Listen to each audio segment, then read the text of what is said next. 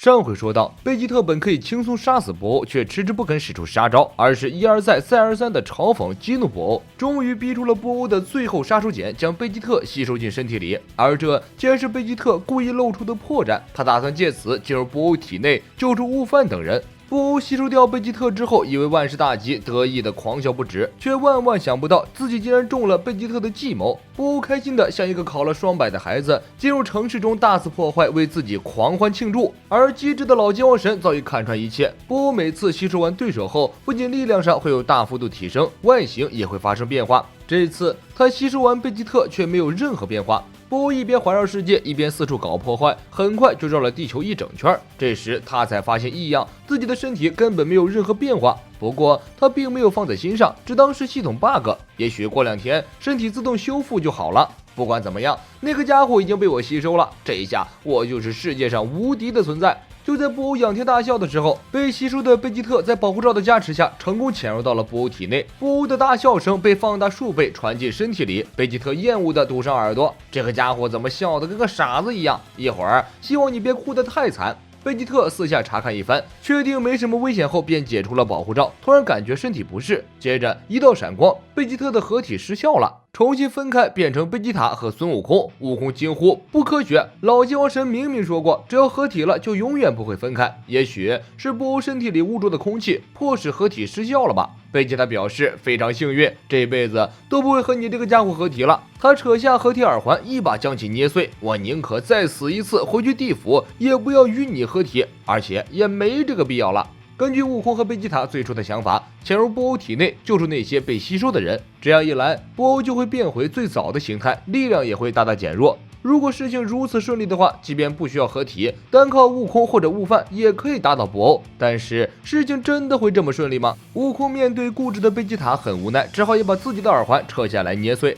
两人在布欧的体内一路摸索前行，结果不慎踩入沼泽一样的粘液中，来不及挣扎便沉了下去，然后掉入了一片好像汤锅一样的地方。看着周围漂浮着各种食物和食物残渣，不用想也知道这里就是布欧的胃。贝吉塔果断跳到一个食物上，悟空泡在胃液里，还在奇怪为什么自己的身体会冒烟。若不是贝吉塔提醒，估计悟空已经被消化干净了。贝吉塔也不客气，直接用气功波在布欧的胃上开了一个洞，两人顺着洞掉到另一个空间。走着走着，两人听见一声细细的风声，接着从上面掉下来密密麻麻的绿色不明物质。这种东西具有很强的腐蚀性，看来应该是消化酶之类的东西。很快，贝吉塔和悟空就被绿色的物质包围。悟空有些慌，他们不会要吃了我们吧？贝吉塔很冷静，我要让他们知道我们并不好吃。这些绿色物质仿佛感受到了贝吉塔和悟空的存在，纷纷围过来扑在两人身上。两人边打边躲，但这种物质似乎是无穷无尽的，一个不留神就将悟空包住。悟空痛得大叫，全身上下就像是被电击了一样，传来阵阵刺痛。这时突然地动山摇，一条又黑又粗的东西从深处探出来。没等两人看明白，这条东西露出脑袋，竟然是一条大虫子。我看这该不会是布欧体内的蛔虫吧？贝吉塔看着惨叫不止的悟空，非常着急，别演了，卡卡罗特，这种玩意儿不是分分钟搞定。巨型蛔虫一口咬向布欧，一阵爆闪，蛔虫被悟空打飞。因为爆闪威力太大，布欧感觉到了强烈的腹痛，他捂着肚子奔向一处避风处，变成一个厕所钻了进去。撒旦与丹迪在一边观察布欧许久，每个高手都知道上厕所和睡觉是人警惕性最低的时候。撒旦想趁机潜入厕所解决掉布欧，突然里面传出一阵惊天动地的巨响，一股恶臭之气扑面而来。撒旦和丹迪猛吸一口，直接倒地不起。贝吉塔埋怨悟空用力太猛，这一下一定暴露目标了。这时黑暗中传来嘈杂声，又一条蛔虫爬了出来，紧接着又出现一条更大的蛔虫。这玩意儿居然还是一家人，看来老贝和悟空这下是捅了蛔虫窝了。贝吉塔恶心的要吐，虽然都姓贝，但是自己可不会什么野外求生，看到这种滑溜溜的东西就忍不住反胃。卡卡罗特，我看刚刚那一下一定已经被发现了，我们不要再顾虑那么多了。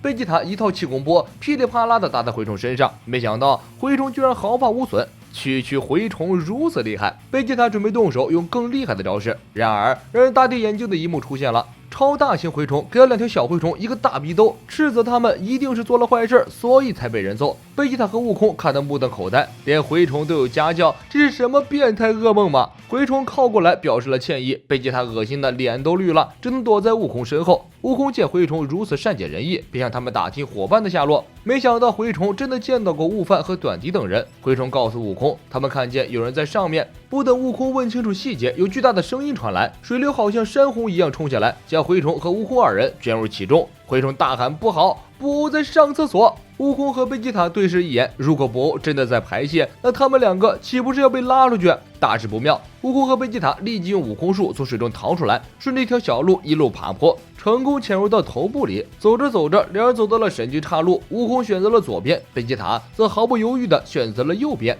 每次跟着悟空都没什么好事，还是一个人行动比较稳妥。悟空走着走着，看见一个熟悉的身影，男人转过身来，悟空面露惊喜，竟然是悟饭！我的好大儿，你没事就好，我们快撤！奇怪的是，悟饭见到悟空却丝毫没有任何惊喜，面无表情，趁悟空不备，跳起来就是一脚。悟空与悟饭过了几招，发现这并非悟饭本人，立马变成超赛与其决斗。贝吉塔这边同样碰见了怪事，好像中邪一样的悟天和特南克斯看见贝吉塔后立即合体，变身成超赛3的悟天克斯。二话不说，给了贝吉塔一顿连招。贝吉塔发觉事情不对，面前这俩人一定不是那俩熊孩子，不管是不是真的熊孩子，揍了再说。贝吉塔变身超赛，突然感觉被人扼制住了命运的喉咙，回头一看，竟然是短笛。贝吉塔被这两人围着揍，好不容易将两人制服，却发现他们竟然打不死，好像无限体力一样，打倒了很快就能站起来。悟空那边与悟饭对波，炸毁了脑组织，与贝吉塔会合，两人背靠着背，警惕地看着不断靠近的三人。悟饭、短笛、悟天克斯各自使出绝招。就在此时，三人竟然变成了形状各异的蛋糕。原来他们是布欧脑子里的记忆，并非真人，也不是什么怪物，是意识一样的存在。布欧看到甜品的时候，满脑子想的都是甜品，记忆就会跟着变成甜品。此时的布欧因为感觉腹中空虚，飞到了城市里，找到一个甜品店，大快朵颐。丹迪跟撒旦一路尾随来到这里，地球上的战士虽然都没有了，丹迪依然没有放弃打倒布欧。在布欧毫不知情的情况下，丹迪一直在关注着布欧的一举一动，找机会下手干掉他。丹迪与撒旦跟着布欧足足走了25家蛋糕店，终于耗尽体力飞不动了。布欧吃饱喝足，闲来无事，准备将地球摧毁。悟空和贝吉塔继续一路寻找，终于在大脑某片区域找到了短笛。短笛像个黄瓜一样被挂了起来，悟空摸了一下他的气息，还活着。在同一片区域，悟空又看到了同样被挂起来的悟饭、悟天、特南克斯。悟空摸了摸包裹在他们身上的物质，又软又弹，好像是肌肉组织一样。贝吉塔不多废话，直接将外皮切断，把悟饭等人救出来。与此同时，布欧的外表也发生了变化，从布欧加强版变回布欧短笛版，然后又变回了刚刚吸收胖布欧时的没鼻子形态，气息和力量也大幅度减弱。贝吉塔提议直接摧毁布欧的身体逃出去，悟空担心出去的话，光凭他们两人打不过现在的布欧，现在合体耳环也没有了，只能使用合体体操进行融合。贝吉塔一口回绝了悟空，满脸写着厌恶。我在地府的时候已经看到了，开什么玩笑，我绝对不可能做出那种丑陋的动作。就在二人争论不休的时候，他们看到了被挂起来的胖布欧。贝吉塔表示，就是这个死胖子把我害死的。不过在地府的时候，贝吉塔看到了胖布欧被害的经历，他是被那个瘦子反弹了光波，变成巧克力吃掉了。悟空灵机一动，既然如此，其他被变成点心吃掉的人也能找到吧。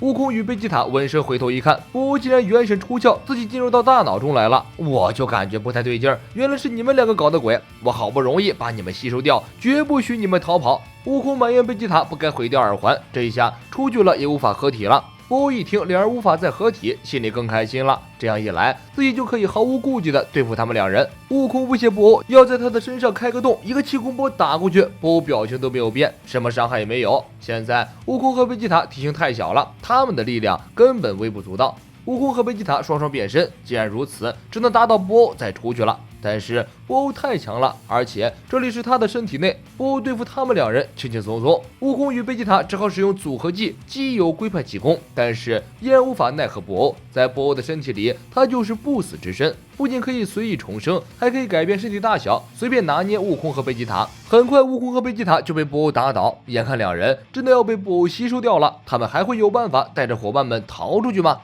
本期内容就是这些，我们下期再见。